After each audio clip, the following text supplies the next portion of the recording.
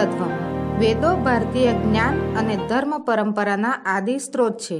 ઋગ્વેદ, યજુર્વેદ, સામવેદ અને અથર્વવેદ નામથી જાણીતા આ 4 વેદ પદ્યાત્મક છે.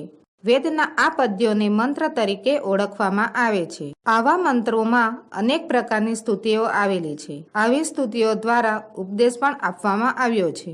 વેદની વિચારધારાને આગળ ધપાવવા માટે વેદની આ પ્રકારની પ્રાર્થનાઓમાંથી પ્રેરણા લઈને જુદા જુદા વિદ્વાન ભક્ત કવિઓએ પણ અનેક સ્તુતિઓ, પ્રાર્થનાઓ જુદા જુદા લૌકિક છંદોમાં રચી છે. આવી પ્રાર્થનાઓ પણ પદ્યમાં હોય છે અને તેને શ્લોક તરીકે ઓળખવામાં આવે છે. આ રચનાઓમાં પણ વેદોની જેમ વૈશ્વિક ખ્યાલ રાખવામાં આવ્યો છે. એટલું જ નહીં, મનુષ્યથી પણ આગળ વધીને પ્રાણી માત્રના કલ્યાણની કામના વ્યક્ત કરવામાં આવી છે. આવી જ સુપ્રસિદ્ધ 2 પ્રાર્થનાઓ પણ અહીં પ્રસ્તુત છે.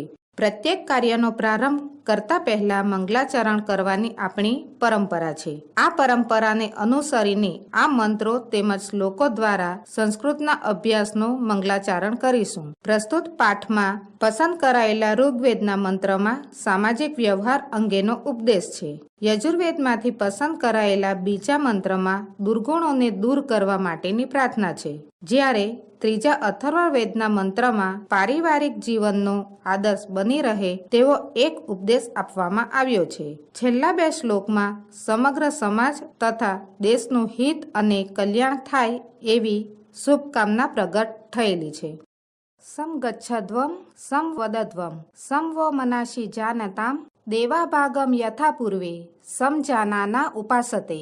પૂર્વે જેમ સારી રીતે જાણતા દેવોએ યજ્ઞમાંથી મળેલો પોતપોતાનો ભાગ પ્રેમથી સ્વીકાર્યો હતો, તેમ તમે બધાય સાથે ચાલો, સાથે બોલો અને તમારા મન એક સરખા બની રહો. વિશ્વાની દેવ સવિત દુરિતાની પરિશુવ યભદ્રમ તન્ન આ સુવ. હે સૂર્ય દેવતા, તમે સર્વ દુષ્કૃત્યોને દૂર કરો. જે શુભ હોય તે અમને પ્રાપ્ત કરાવો.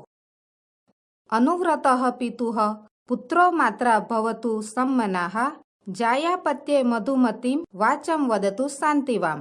પુત્ર પિતાના વ્રતની પાછળ ચાલનારો અને માતાની સાથે સમાન વિચારો વાળો થાઓ. પત્ની પોતાના પતિની સાથે મધુર શાંતિપૂર્ણ વાણીમાં બોલો.